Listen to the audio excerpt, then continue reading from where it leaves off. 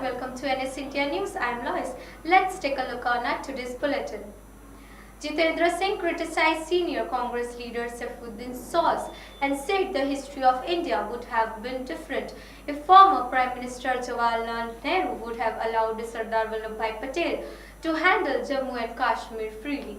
Saifuddin Soz on Monday claimed that leader of independent India, Sardar Vallabhbhai Patel, had offered Kashmir to Pakistan in exchange of Hyderabad. However, Jitendra Singh said the fact of history is just the contrary. The truth is that Sardar Patel was kept out of the affairs of Jammu and Kashmir, even though Patel was the Home Minister. If only PM Nehru would have allowed Home Minister Patel to handle the state with a free hand in the same manner in which he was handling other princely states of India, I am sure the history of Indian subcontinent would have been different, Singh told. Part of Jammu and Kashmir, which today is under illegal occupation of Pakistan, would have been a part of India. It's because Nehru believed that he knew Kashmir better than anyone else, and therefore he didn't even allow his Home Minister to handle it the way he was handling the other state, Singh added. Singh went on to add that Nehru had a special affinity for former Jammu and Kashmir Chief Minister Sheikh Abdullah, and therefore he got carried by the biases he was carrying. Bureau Report, NS India News. Belgian ambassador to India on Tuesday assured of the European country's cooperation in extraditing Nirav Modi if he is found to be in the country. As it is a legal issue, there would be a procedure for such things. The ED has sought his extradition in connection with a money laundering case from Belgium, the UK, and a few other countries. There is an extradition treaty between Belgium and India that is old but still exists. We are a country that respects treaties. Rule of law applies in Belgium. Modi's extradition was sought on the basis of a recent charge sheet filed by the ED against the diamond merchant and his family under the Prevention of Money Laundering Act (PMLA). The ED had moved a special court in Mumbai on Monday seeking the extradition. According to the officials, the extradition request was made to multiple countries as Modi had been continuously changing his location across the globe. Bureau Report, NS India News. Flyers who land in Ahmedabad will now be welcomed at the domestic terminal by the Royal Roar of Gujarat's pride. The terminal offers a glimpse of Asiatic lions of Sasan Gir. A replica of Gir forest has been conceptualized by Reliance Industries Limited. Airport Authority of India (AAI) has allotted an 11,000 square feet area between the arrival and the departure terminals. This forest zone features life-size replicas of lion, blackbucks, eagles, leopards, and few other animals that are found in Gir. Apart from the objective of giving a glimpse of the Gir forest, the replicas are a marketing tool and can facilitate mass awareness, said Parimal Nathwani, Rajya Sabha member and Group President Corporate Affairs RIL. Nathwani inaugurated the forest zone called the Gir on Tuesday. Accompanying him was Lok Sabha MP and actor Paresh Rawal. Ahmedabad Airport is likely to house an aviation museum in future, Rawal said. J.D.R. Tata, considered the father of civil aviation in India. Bureau Report, NS India News.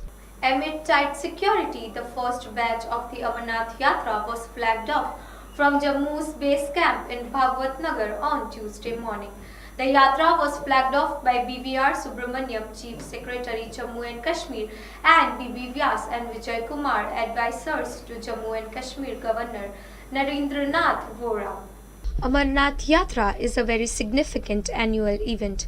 With cooperation of public, all security agencies and development agency, we have put a scheme in place and are trying our best to address concerns of the pilgrims. We will ensure smooth flow of traffic, Vijay Kumar said. The pilgrims will start their journey to the 3,880-meter high cave shrine by foot on Thursday. The central government, along with the armed forces, has beefed up the security for the Amarnath Yatra.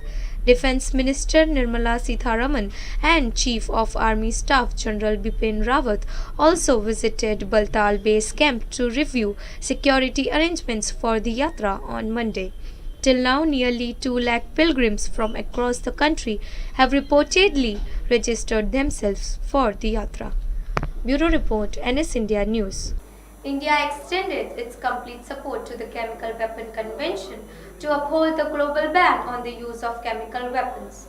Ambassador to the Netherlands and permanent representative of India to Organization for the Prohibition of Chemical Weapons (OPCW) Venu Rajamoni on Tuesday said India is ready to cooperate with the international community for the same. Expressing solidarity to the victims of chemical weapon attacks, Rajamuni said, the use of such substances cannot be justified under any circumstances and the perpetrators must be held responsible for their acts. The OPCW permanent representative branded the use of chemical weapons as disregard of the United Nations and reprehensible and contrary to the provisions of the Chemical Weapon Convention. India views the Chemical Weapon Convention as a unique, non-discriminatory disarmament instrument which serves as a model for the elimination of weapons of mass destruction, he said. Underlining the importance of the Chemical Weapon Convention, Rajamoni said India stands for its full, effective, non-discriminatory implementation. He also stressed the need to maintain the credibility and integrity of the convention. Bureau Report, NS India News. The US said today that the companies that buy Iranian crude oil after this coming November will face sanctions by Washington, and this will apply to Chinese and Indian companies as well. These US decisions come in the wake of the US reinstating financial sanctions on Iran after Washington in May pulled out of the nuclear deal with Iran. Some US sanctions take effect from August 6. Others, including those affecting the oil sector, will be effective from November. Iran is India's third largest oil supplier behind Iraq and Saudi Arabia. It supplied 18.4 million tons of crude oil during April 2017 and January 2018. The US officials said today that Washington has conveyed the message to European diplomats in recent talks that all crude oil imports from Iran must end by November. Bureau Report, NS India News. Well, that's all for today. Keep watching NS India News. This is me, Lois, signing off. Goodbye.